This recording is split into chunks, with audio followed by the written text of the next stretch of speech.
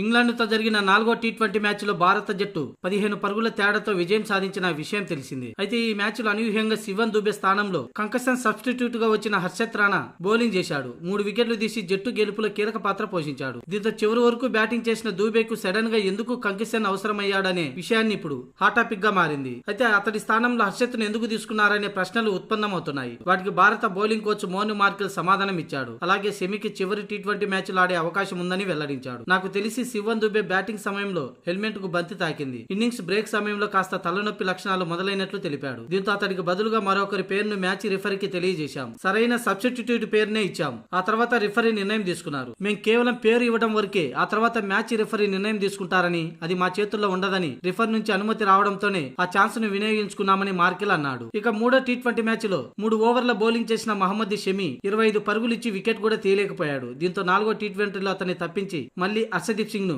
బరిలోకి దింపారు. అయితే ఇప్పటికే మ్యాచ్ 3-1తో సిరీస్ చేజిక్కించుకోవడంతో నామమాత్రమైన చివరి టీ20 మ్యాచ్ లో బెంచ్ మీద ఉన్న ఆటగాళ్లకు అవకాశం ఇచ్చే ఉద్దేశంగా అందులో షమికి తుది జట్టులో అవకాశం ఇస్తామని మోను మార్కెల్ చెప్పుకొచ్చాడు.